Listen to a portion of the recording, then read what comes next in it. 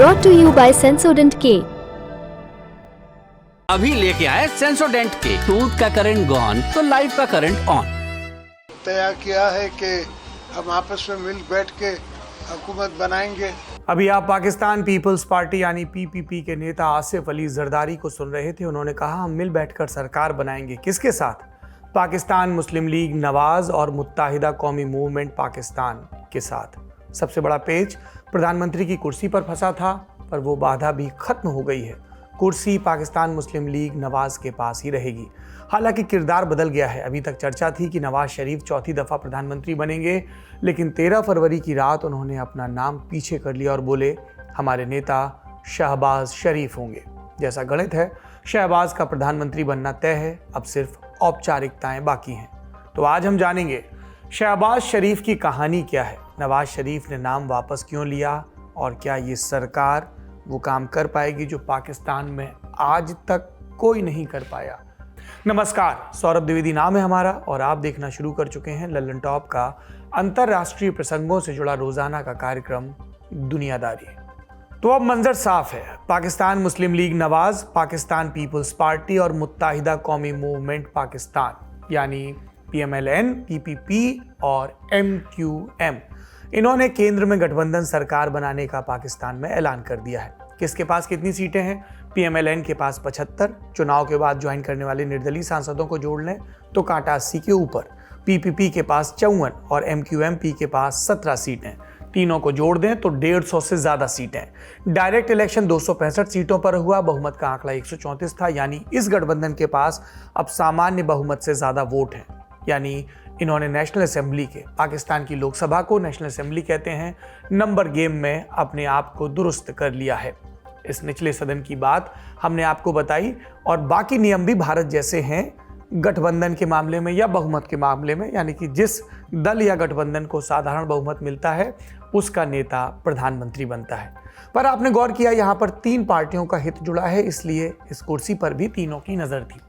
PPP और MQM संख्या के मामले में दूसरे और तीसरे नंबर पर थे, PMLN से काफी पीछे, पर उनके पास कुर्सी पर दावे के लिए और कुछ आधार थे, पर आखिरी में नंबर का आधार। शुरुआत में PPP ने थोड़ी नानुकुर की और कहा कि 2 साल के लिए बिलावल को PM बनाएं, पर PMLN यानी नवाज की पार्टी अड़ी रही और ऐसे में PPP भी अड़ी नवाज शरीफ के नाम के खिलाफ।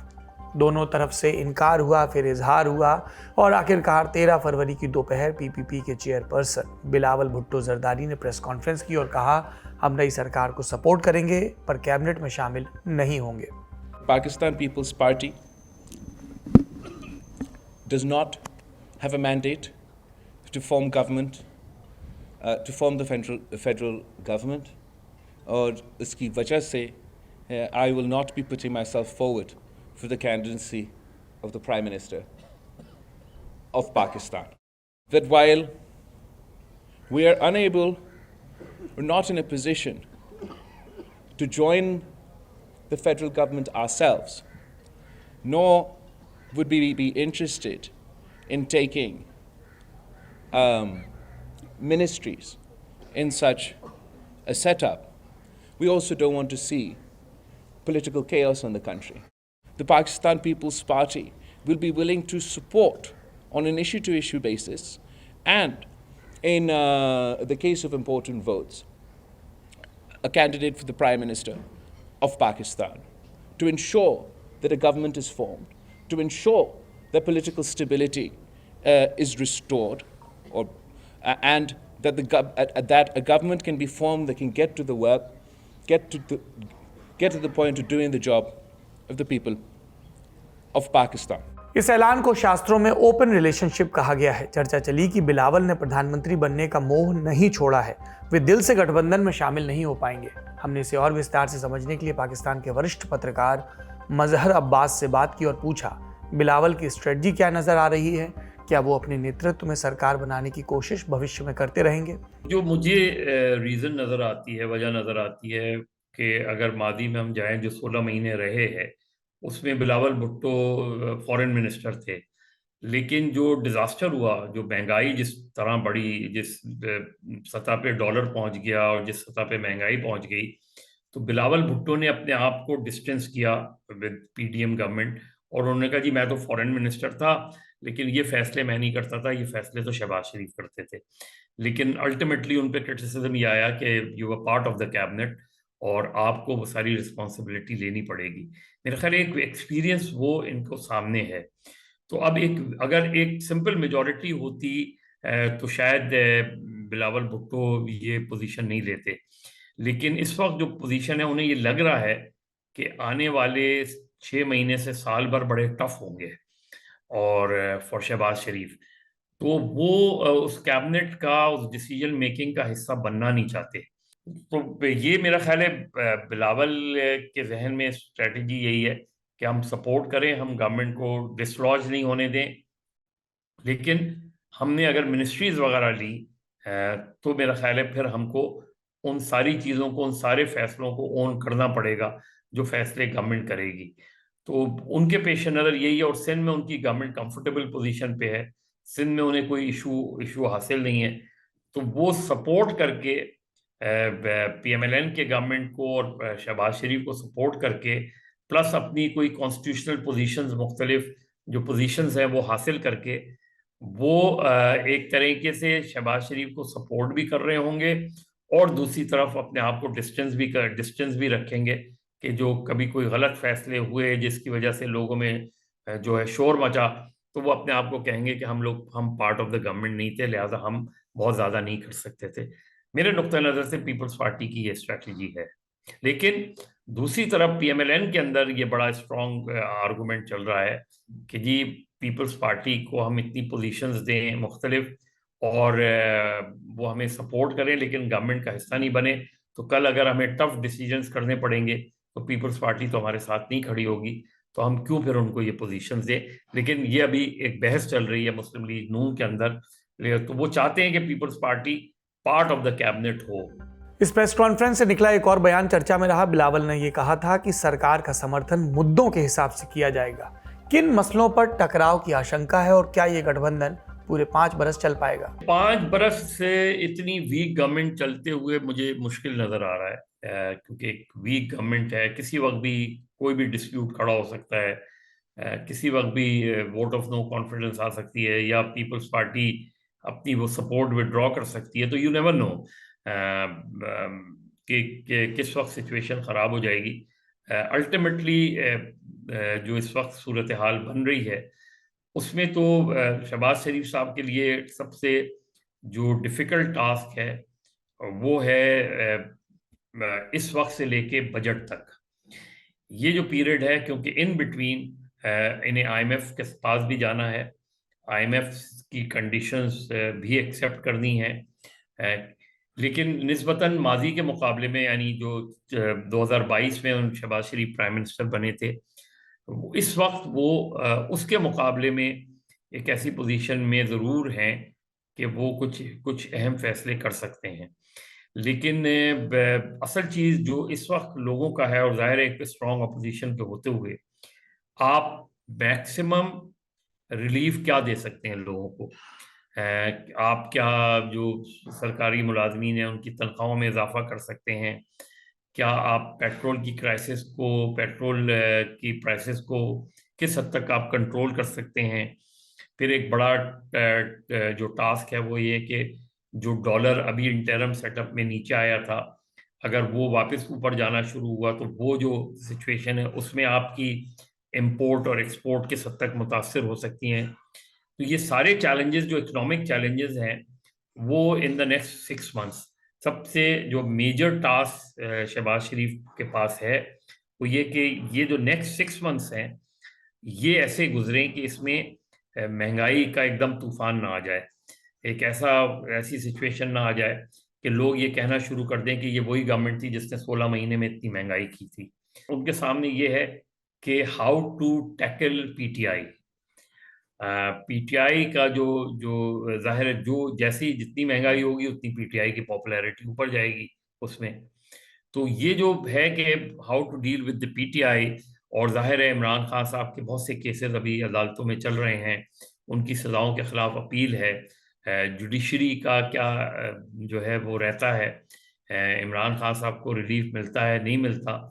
तो ये सारे, क्योंकि पीटीआई ने ये साबित कर दिया कि विद और विदाउट इमरान खान वो एक बड़े चैलेंजर हैं। भले ही पीपीपी सरकार को सपोर्ट देने के लिए राजी थी, लेकिन उनके पास कोई ठोस प्लान नहीं था। शाम में अफवाह उड़ी कि इस तरह सरकार नहीं बन पाएगी, फिर से चुनाव कराना होगा। उसी वक्त लाहौर में पूर्व प्रधानमंत्री चौधरी शुजात हुसैन के घर हलचल दिखी। पीएमएलएन, पीपीपी और एमक्यूएम के शीर्ष नेताओं की गाड़ियां अहाते में दाखिल हुई। उनके बीच कई घंटों की बात चली और फिर खबर आई कि साझा प्रेस कॉन्फ्रेंस होगी, जिसमें पीएमएलएन के नेता शहबाज शरीफ, पीपीपी के को चेयरपर्सन आसिफ अली जरदारी भी अपनी बात रखेंगे। देर रात में प्रेस कॉन्फ्रेंस शुरू हुई। जरदारी ने शुरुआत में ही कह दिया कि हम गठबंधन सरकार बनाने के लिए राजी हैं। आज हमने तय किया है कि हम आपस में मिल बैठ के हुकूमत बनाएंगे। इंशाअल्लाह पाकिस्तान को इन मुश्किलों से निकालेंगे और अल्लाह ने चाहा तो हर वो मुश्किल जो हमें पाकिस्तान में पेश आ रही है, चाहे इकनॉमिकल हो, चाहे टेररिज्म हो या रिकन्सिलिएशन हो, रिकन्सिलिएशन भी करनी है और रिकन्सिलिएशन में पीटीआई भी शामिल है। ये कोई ज़रूरी नहीं कि हमेशा के लिए इलेक्शन में होता है, मुखालफत होती है, तो इलेक्शनरी मुखालफतें थी, कोई आइडियोलॉजिकल मुखालफतें हमारी नहीं है। हम बैठ सकते हैं, मिल सकते हैं, चला सकते हैं और मुल्क संभाल सकते हैं। जरदारी ने यह साफ नहीं किया कि उनकी पार्टी कैबिनेट में शामिल होगी या नहीं। प्रधानमंत्री पर भी वो कुछ नहीं बोले। फिर कौन बोला? शहबाज शरीफ। दोहराया कि उनके नेता नवाज ही प्रधानमंत्री होंगे, उनसे दरख्वास्त की जाएगी। सुनिए। जब मैं वज़ीर आज़म था तो उस वक्त भी अपनी पार्टी की तरफ से, आपको याद होगा कि मैंने कहा था हमारी पार्टी के कैंडिडेट मियां नवाज शरीफ हैं, और आज दोपहर को भी मैंने ये प्रेस कॉन्फ्रेंस में यही कहा, और मैं मियां नवाज शरीफ साहब से दरख्वास्त करूँगा कि वो मेरी दरख्वास्त माने और वज़ीर आज़म का ओहदा कबूल करें। जैसे ही प्रेस कॉन्फ्रेंस खत्म हुई, मिनटों के अंदर पीएमएलएन की सूचना प्रभारी मरियम औरंगजेब का पोस्ट आया। इसमें लिखा था कि नवाज शरीफ ने पीएम पोस्ट के लिए शहबाज शरीफ को चुना है। ये सबके लिए आश्चर्य का विषय था। हमने मजहर अब्बास से ये सवाल पूछा कि क्या शहबाज शरीफ का नाम पहले से तय था और ये एक फेस सेविंग की प्रक्रिया थी कि प्रेस कॉन्फ्रेंस में कह दिया जाए कि नवाज शरीफ नेता होंगे और बाद में नवाज इस पद से दूरी बना लें, क्योंकि गठबंधन के बाकी दल इस पर राजी नहीं हो रहे हैं। जो रिजल्ट्स आए वो नवाज शरीफ साहब की एक्सपेक्टेशन के मुताबिक नहीं थे। जाहिर है नवाज शरीफ पाकिस्तान जब वापस आए हैं तो उनके जहन में ये था कि मुस्लिम लीग नून को वही लीड करेंगे, और ख़ुद मुस्लिम लीग ने भी जिस तरह की कैंपेन चलाई थी, जिस तरह की एडवर्टाइजिंग की थी, उसमें उन्होंने वाज़े तौर पे, बल्कि एक इश्तिहार ऐसा भी था जो सारे अखबारात में छपा, जो बिल्कुल इस तरह का था कि सबको हेडलाइन लगी कि नवाज शरीफ अगले वज़ीर आज़म पाकिस्तान। तो वो पूरा मुस्लिम लीग नून और ख़ुद नवाज शरीफ साहब इस चीज़ के लिए कैंपेन भी कर रहे थे। कैंपेन में ये तकारीर भी होती थी कि चौथी बार वज़ीर आज़म नवाज शरीफ को बनाएंगे। लेकिन जब इलेक्शन हुए और उसके जो रिजल्ट्स आए वो नवाज शरीफ साहब के लिए, बल्कि मुस्लिम लीग नून और पीडीएम की जमातों के लिए बहुत सरप्राइजिंग थे, क्योंकि पाकिस्तान में जनरली लोगों को इस चीज़ की इतनी तवक्को नहीं थी कि डिस्पाइट के इमरान खान साहब भी फील्ड से बाहर हैं, जेल में हैं, डिस्क्वालीफाई हो गए हैं, पार्टी को इलेक्शन सिंबल नहीं मिला माफ़ कीजिएगा, पार्टी के कई लीडर्स जो है वो जेल से इलेक्शन लड़ रहे हैं या वो हाइडिंग से इलेक्शन लड़ रहे हैं। लेकिन डिस्पाइट ऑल दिस उनको एक मैसिव मतलब emerge as a single largest party. जाहिर है उन्होंने इंडिपेंडेंट लड़ाए थे, लेकिन पीटीआई बैक्ड इंडिपेंडेंट जो थे उन्होंने तकरीबन 100 के करीब नशिस्तें हासिल की, जो बहुत से लोगों के लिए सरप्राइजिंग था। उसने नवाज शरीफ को खुद ये सोचने पर मजबूर कर दिया कि इस तरह की गवर्नमेंट में अगर वो करेंगे तो वो शायद अपना कोई भी प्रोग्राम इन्फोर्स ना कर सकें। प्लस उनको जो कोलिशन थे, पर्टिकुलरली पाकिस्तान पीपल्स पार्टी और जो फॉर्मर प्रेसिडेंट आसिफ अली जरदारी थे, उनके साथ नवाज शरीफ की हमेशा से एक लव एंड हेट रिलेशनशिप रही है। जो लास्ट गवर्नमेंट थी पीएमएलएन की, उसमें काफ़ी जो है वो टेंशन हो गई थी इन दोनों के दरमियान, जब कराची ऑपरेशन हुआ और उसमें खुद आसिफ अली जरदारी साहब के कुछ दोस्तों को गिरफ्तार कर लिया गया, उसके बाद से जरदारी साहब का एक स्टेटमेंट भी आया था कि नवाज शरीफ ने मेरी पीठ पर छुरा घोंपा है। तो इस तरह के बैकग्राउंड में तो वो भी नजर आ रहा था कि अभी अगर नवाज शरीफ प्राइम मिनिस्टर होंगे तो उन्हें आसिफ अली जरदारी को सदर बनाना पड़ेगा, और भी बहुत सी ऐसी पोजीशंस हैं जो पीपल्स पार्टी को देनी पड़ेंगी। तो नवाज शरीफ ने इसलिए अपने आप को पीछे रखा। एक दावा यह भी है कि नवाज को मिलिट्री एस्टेब्लिशमेंट के साथ पुरानी तकरार का खामियाजा भुगतना पड़ा। एस्टेब्लिशमेंट उनको लेकर बहुत सहज नहीं था, खासतौर पर उनके भारत से दोस्ती और भारतीय पार्टनर्स के साथ व्यापारिक संबंधों को लेकर। इन दावों में कितनी हकीकत है? कि वो एक जाहिर है एक माजी तो रहा है जो टेंशन रही है, लेकिन वो सारी चीज़ें डाइल्यूट हुई, इसीलिए नवाज शरीफ पाकिस्तान वापस आए। उन सारी चीज़ों में जाहिर है कहीं ना कहीं चीज़ें हुई हैं, नवाज शरीफ साहब ने भी अश्योरेंस दी होगी, दूसरी तरफ से भी थोड़ा सा रियलाइजेशन आया होगा, और तीसरी बात ये कि दोनों के लिए इस वक्त कॉमन चैलेंजर जो है वो इमरान खान है और पीटीआई है। तो मेरा ख्याल नहीं कि वो वजह बनी, बुनियादी तौर पे वजह बनी।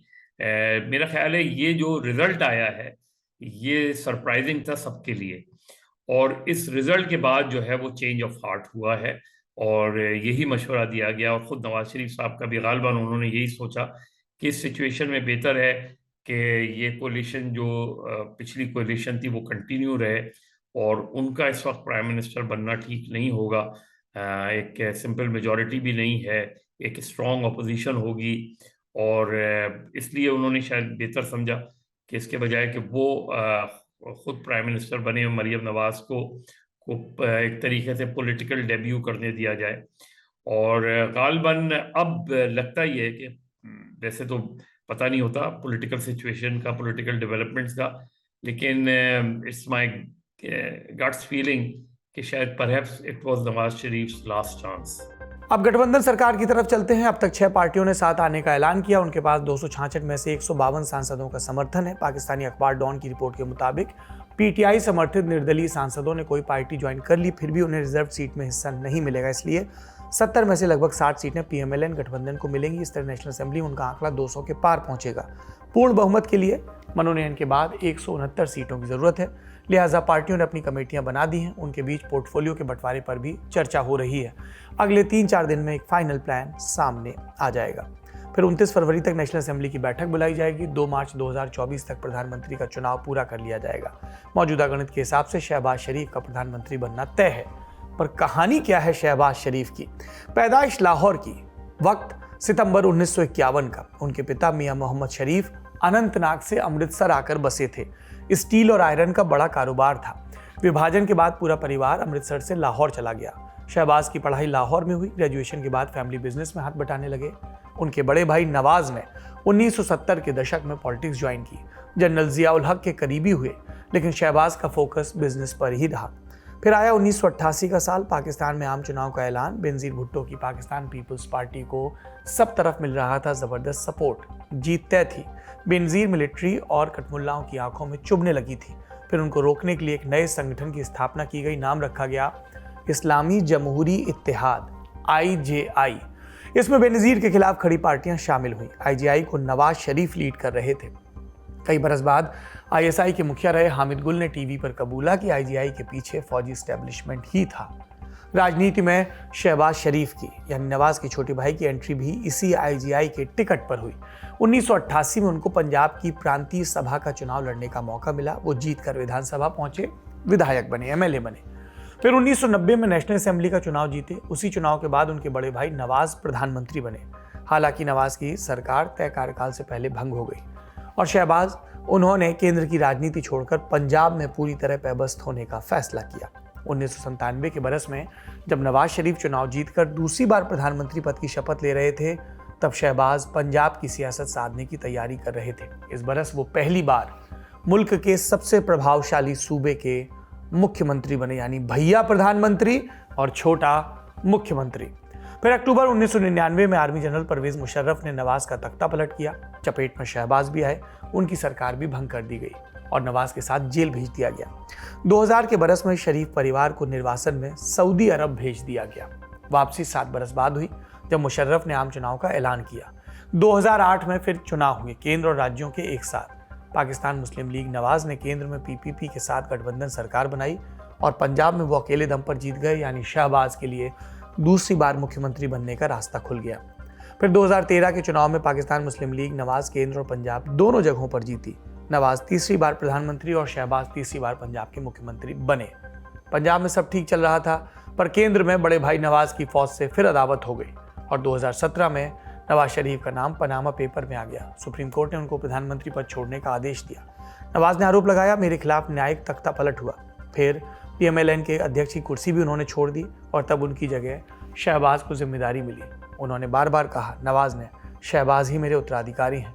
पर शहबाज पंजाब छोड़कर केंद्र की पॉलिटिक्स में आने के लिए तैयार नहीं थे। जब तक तैयार हुए तब तक नए चुनाव का ऐलान हो चुका था और नए चुनाव 2018 में हुए और इसमें इमरान खान की पाकिस्तान तहरीक इंसाफ यानी PTI सबसे बड़ी पार्टी बनकर उभरी और PMLN को विपक्ष में बैठना पड़ा।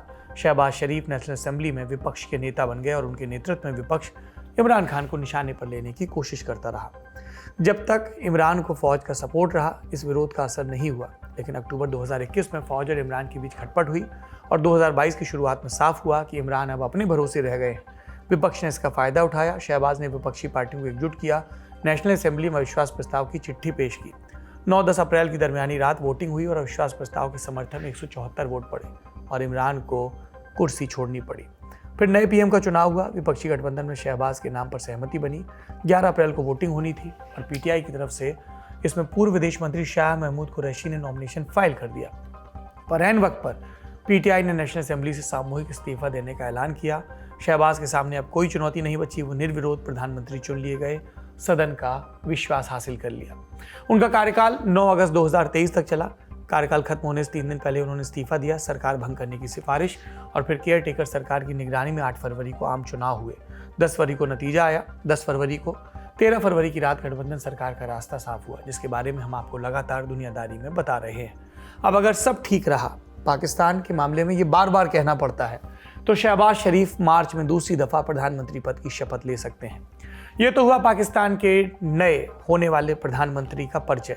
अब उनसे जुड़े विवाद जानते हैं। पहला मामला 1998 का है। तब शहबाज पंजाब के CM थे। 1998 में लाहौर के सब्ज़ार इलाके में पुलिस ने 5 लोगों को एनकाउंटर में मार दिया। मारे गए 2 नौजवानों के पिता ने शिकायत कराई कि ये फर्जी है। शहबाज खुद को मसीहा साबित करना चाहते हैं, इसलिए उनके कहने पर दिखावे के लिए लोगों को मारा गया। फिर मार्च 1999 में लाहौर हाईकोर्ट के आदेश पर शहबाज और 5 पुलिस अधिकारियों के खिलाफ FIR लिखी गई। आप समझिए ये कितनी बड़ी खबर होगी, CM के खिलाफ FIR। जून 2003 में उनके खिलाफ समन हुआ, तब वो निर्वासन में थे, कोर्ट में पेश नहीं हो सके। 1 साल बाद अदालत ने अरेस्ट वारंट जारी किया। शहबाज ने पाकिस्तान आकर कोर्ट में पेश होने की कोशिश की, पर तब उन्हें लाहौर एयरपोर्ट से वापस सऊदी अरब भेज दिया गया। 2007 में पाकिस्तान की सुप्रीम कोर्ट ने शरीफ बंधुओं को वापस पाकिस्तान लौटने की इजाज़त दी। फरवरी 2008 में पंजाब में चुनाव होने थे। शहबाज दावेदारी कर रहे थे, पर रिटर्निंग ऑफिसर ने उन्हें चुनाव लड़ने से ही रोक दिया और हवाला दिया 1998 के फेक एनकाउंटर केस का। मामला फिर अदालत पहुंचा और मार्च 2008 में एंटी टेररिज्म कोर्ट का फैसला आया। उन्हें बाइज्जत बरी किया गया। हालांकि तब तक चुनाव हो चुके थे। PMLN सबसे बड़ी पार्टी बनकर उभरी थी। नेता शहबाज शरीफ थे, उन्हें मुख्यमंत्री बनना था। इसके लिए उपचुनाव हुआ और शहबाज निर्विरोध जीत गए। 8 जून 2008 को उन्होंने पंजाब के मुख्यमंत्री के तौर पर शपथ ली। शहबाज के करियर का दूसरा बड़ा विवाद उनके दूसरे कार्यकाल में सामने आया। फरवरी 2009 में सुप्रीम कोर्ट ने नवाज शरीफ को नेशनल असेंबली का उपचुनाव लड़ने से रोक दिया। उन पर 1999 में मुशर्रफ के प्लेन की हाईजैकिंग का मुकदमा चल रहा था। कोर्ट का चाबुक सिर्फ बड़े भाई पर नहीं, शहबाज पर भी चला। उन्हें सरकारी पद के अयोग्य ठहरा दिया गया। CM पद छोड़ना पड़ा। अप्रैल 2009 में सुप्रीम कोर्ट की बड़ी बेंच ने लेकिन ये फैसला पलटा और 2 महीने बाद शहबाज की CM की कुर्सी पर वापसी हुई।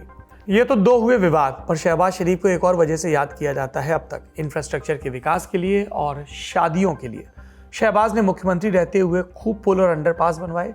लाहौर में एक पुल इसलिए बनवाया ताकि दूसरी पत्नी के घर जाने में दिक्कत ना हो।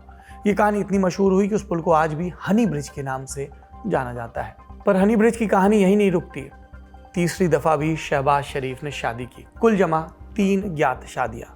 पुल की कहानी हो गई, पत्नी की कहानी हो गई। अब आज के प्रसंग पर लौटते हैं।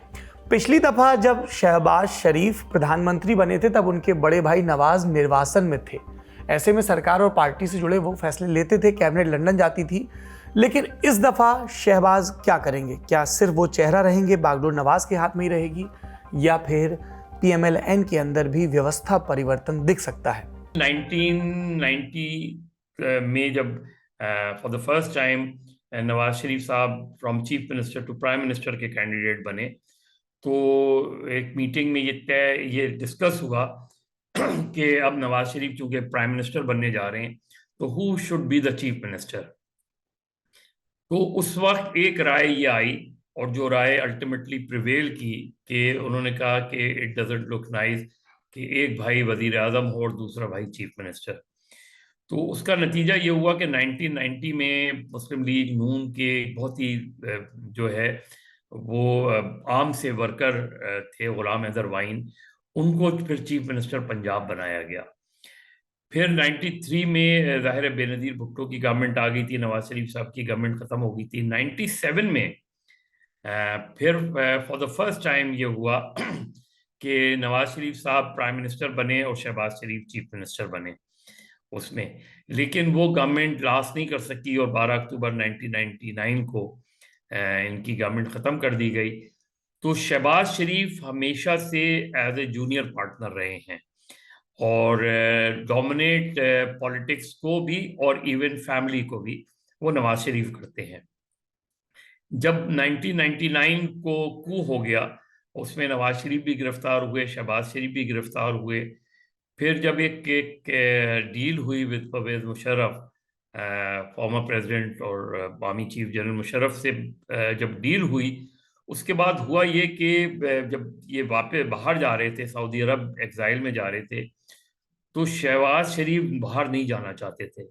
इनफैक्ट शहबाज शरीफ काफ़ी रेजिस्ट किया कि वो यहीं रहना चाहते हैं, बट अल्टीमेटली क्योंकि वो ये डील थी तो इसलिए उनको भी जाना पड़ा। शहबाज शरीफ की इमेज जो पाकिस्तान की पॉलिटिक्स में और ख़ास तौर पे पंजाब में रही है, और जो उनको नाम भी दिया जाता रहा है मिस्टर स्पीड, के वेरी हार्ड वर्किंग, बहुत तेज़ और डूएबल किस्म के शख्स हैं, बहुत फास्ट पेस पे काम करते रहे हैं। लेकिन जिस सर्कमस्टांसेस में उनको प्राइम मिनिस्टर बनाया गया, वो शायद नवाज शरीफ साहब का गलत फैसला था, और वो इसलिए गलत था कि आप अपने ट्रम्प कार्ड को एक इंटरम पीरियड के लिए नहीं लॉन्च करते। तो वो जो पीरियड था जो और इमरान खान साहब को बहुत डिफ़िकल्टी हुई, क्योंकि जब इमरान खान प्राइम मिनिस्टर बने तो उन्होंने चीफ मिनिस्टर पंजाब एक ऐसे साहब को किया जो उसी वक्त PTI में शामिल हुए थे, जो उस्मान बुज़दार साहब को चीफ मिनिस्टर, और वही इनिशियली जो इमरान खान साहब की इस्टेब्लिशमेंट के साथ टेंशन बनी थी, वो उस्मान बुज़दार पे ही बनी थी, कि उनको सजेस्ट किया गया था कि ये कामयाब नहीं चल रहे, इसलिए किसी और को चीफ मिनिस्टर किया जाए। लेकिन इमरान खान साहब नहीं चाहते थे। विद इन PTI भी जो उस्मान बुज़दार साहब का फैसला जो है वो PTI के लोगों को भी बहुत ज़्यादा पसंद नहीं था, और अल्टीमेटली उसका नतीजा ये हुआ कि जो तहरीक इंसाफ का पीरियड था, गवर्नमेंट थी, उस पीरियड में PTI की पॉपुलैरिटी नीचे जा रही थी, PMLN की पॉपुलैरिटी ऊपर आ रही थी, और इसी वजह से इमरान खान साहब ने पंजाब में लोकल बॉडीज इलेक्शन नहीं कराए, बल्कि जो PMLN इलेक्टेड लोकल बॉडीज थी उनको भी ख़त्म कर दिया गया। लेकिन जब इमरान खान साहब के खिलाफ वोट ऑफ नो कॉन्फिडेंस आया और फिर शहबाज शरीफ को प्राइम मिनिस्टर बनाया, तो इकोनॉमिकली शहबाज शरीफ साहब ने उनके पार्टी के एक लीडर थे जो अब छोड़ गए, मिफ्ता इस्माइल साहब, उनको फाइनेंस मिनिस्टर बनाया। और बहुत से लोगों का ख्याल है कि मिफ्ता इस्माइल रिलेटिवली बेहतर काम कर रहे थे, उनके पीछे कोई एक्सेस बैगेज नहीं था, अनलाइक इसहाक डार। तो वो जो उनकी, और ख़ुद भी अच्छे वेल ऑफ बिजनेसमैन थे मिफ्ता इस्माइल। लेकिन मिफ्ता इस्माइल भी ये कहते थे, और मेरी ख़ुद भी उनसे ज़ाती तौर पे मुलाकातें रही हैं, वो भी यही बात कहते थे कि प्रॉब्लम यहाँ आ रही है शहबाज शरीफ के लिए भी और उनके लिए भी, कि उन्हें हर डिसीजन का अप्रूवल नवाज शरीफ से लेना पड़ता है। इवन अगर आप IMF से नेगोशिएट करने जा रहे हैं तो आपको जाते हुए भी लंदन रुकना पड़ता था और वापसी में भी लंदन आना पड़ता था। और मिफ्ता इस्माइल अब ये बात ज़्यादा खुलकर करते हैं कि इसहाक डार साहब ने उनके खिलाफ जो है पूरा ग्राउंड बनाया लंदन में विद नवाज शरीफ, और अल्टीमेटली इफ्ता इस्माइल को हटना पड़ा और फिर वो PMLN भी छोड़ गए। लेकिन अब भी डोमिनेटिंग फैक्टर तो नवाज शरीफ ही होंगे, पॉलिटिकली डोमिनेट तो नवाज शरीफ ही करेंगे। Political decision as well as economic and administrative decision तो नवाज शरीफ ही करेंगे। देखना ये कि फाइनेंस मिनिस्टर कौन आता है। जो PDM और ख़ासतौर पे पीपल्स पार्टी की तरफ से और शायद किसी हद तक इस्टेब्लिशमेंट की भी तरफ से इसहाक डार को गो अहेड नहीं मिल पा रहा, तो मोस्ट प्रोबेबली कोई ऐन मुमकिन है कोई दूसरा फाइनेंस मिनिस्टर आए और शायद इसहाक डार को सेनेट में कोई अच्छी पोजीशन दी जाए। हालांकि जो पॉलिटिकल बागेन हो रही है उसमें पीपल्स पार्टी ने चेयरमैन सेनेट भी मांगा है और प्रेसिडेंट ऑफ पाकिस्तान के लिए भी उन्होंने वो की है, प्लस गवर्नर चारों सूबों के। तो आई डोंट नो, अभी तो जो है वो चल रही है, फाइनल डिसीजन क्या होता है। चेयरमैन सेनेट शायद मुस्लिम लीग नून के लिए डिफिकल्ट डिसीजन होगा कि वो सेनेट के चेयरमैनशिप जो है वो सरेंडर कर दें। तो अभी देखें, इन the next few days final decision हो जाएगा। लेकिन शहबाज शरीफ अगेन उस वक्त भी जब वोट ऑफ नो कॉन्फिडेंस आया था तो शहबाज शरीफ वाज लकी इनफ, हालांकि वो अल्टीमेटली अनलकी साबित हुए, और अब भी उनको जो प्राइम मिनिस्टरशिप मिलने जा रही है वो भी एक ऐसी मिलने जा रही है कि it will be a very challenging task for him. अब इमरान की भी बात कर लेते हैं। PTI का दावा, उनके समर्थन वाले 180 उम्मीदवार जीते, लेकिन फाइनल रिजल्ट में धांधली हुई। पूरे देश में प्रोटेस्ट भी चल रहे हैं, पर उसका असर नहीं, क्योंकि नई सरकार में ना तो उनकी हिस्सेदारी है और ना ही फौज ऐसा चाहती है। इमरान जेल में है, लोकप्रिय जनादेश में बढ़ोतरी के बावजूद। ऐसे में सवाल ये उठ रहा है कि उनकी पार्टी PTI का भविष्य क्या है, और क्या इमरान की रिहाई की उम्मीद खत्म हो गई है, या फिर आग को पानी का डर बना रहे, इसलिए फौज ने इस बागी की जिंदगी की डोर को भी अभी ढील दे रखी है। खैबर पख्तूनख्वा में जो उन्होंने चीफ मिनिस्टर नॉमिनेट किए हैं वो खासे कंट्रोवर्शियल हैं। अली अमीन गंडापुर विद इन PTI भी उन पे बहुत से क्वेश्चन मार्क हैं, और आउटसाइड PTI भी जो अपोजिशन हैं या इंडिपेंडेंट जो एनालिस्ट वगैरह हैं वो यही दे रहे हैं कि ये इनको नॉमिनेट करके बेसिकली मैसेज जो है वो रिकन्सिलिएशन का मैसेज नहीं है, वो मैसेज किसी हद तक कॉन्फ्रंट्रेशन वाला मैसेज है। अभी देखना यह है कि PTI की गवर्नमेंट जो खैबर पख्तूनख्वा में है वो सेंटर से कॉन्फ्रंट्रेशन की पॉलिसी अडॉप्ट करेगी या जो है रिकन्सिलिएशन की। तो इट ऑल डिपेंड्स के अगेन कि अभी किस तरीके से अली अमीन गंडापुर जिन पे बहुत से केसेस भी अभी हैं, इंक्लूडिंग 9 मई का केस भी उनके ऊपर है, और भी चीज़ें हैं। दूसरे ये कि इमरान खान साहब के बारे में क्या फैसला होगा और दीगर PTI के लोगों के। जाहिर है अभी जो PTI क्लेम कर रही है 180 सीटें, वो तो मेरा ख्याल है शायद दुरुस्त ना हो इतनी, लेकिन उन्होंने कई जगहों पे चैलेंज किया हुआ है। जब वो हाई कोर्ट गए हैं तो हाई कोर्ट ने उनसे कहा है कि आप पहला फोरम जो है इलेक्शन ट्राइब्यूनल है, इलेक्शन कमीशन है। तो अभी इलेक्शन कमीशन में तकरीबन मेरा ख्याल है 200 के करीब एप्लीकेशंस जो हैं वो आई हैं, 200 या 150 के करीब, और तकरीबन डेली एप्लीकेशन सुनी जा रही हैं। कुछ का ऑफिशियल नोटिफिकेशन हो गया है, कुछ का नहीं हुआ है। तो जब ये प्रोसेस गालबन इन द नेक्स्ट वीक और 2 ये कंप्लीट हो जाएगा, गालबन 10 दिन के अंदर अंदर, कितनी इलेक्शन कमीशन एंटरटेन करता है कितनी नहीं करता। उसके बाद दूसरा मरहला जो होगा इलेक्शन ट्राइब्यूनल होगा, कि इलेक्शन ट्राइब्यूनल डिसीजंस करते हैं। तो जब तक हम making formation of the government, और पहला इजलास गालबन जो नेशनल असेंबली का होगा वो by the end of this month होगा, गालबन 27 या 28 फरवरी को होगा, और गालबन मार्च के फर्स्ट वीक तक नए प्राइम मिनिस्टर और पार्लियामेंट जो है वो मारिद वजूद में आ जाएगी, क्योंकि सेकेंड वीक ऑफ मार्च में सेनेट के इलेक्शन होने हैं। तो इसलिए बहुत सी चीज़ें क्लियर हो जाएंगी इन द नेक्स्ट 10 डेज। कितनी और फाइनल नोटिफिकेशन जो है कितना उनके हक में जाता है।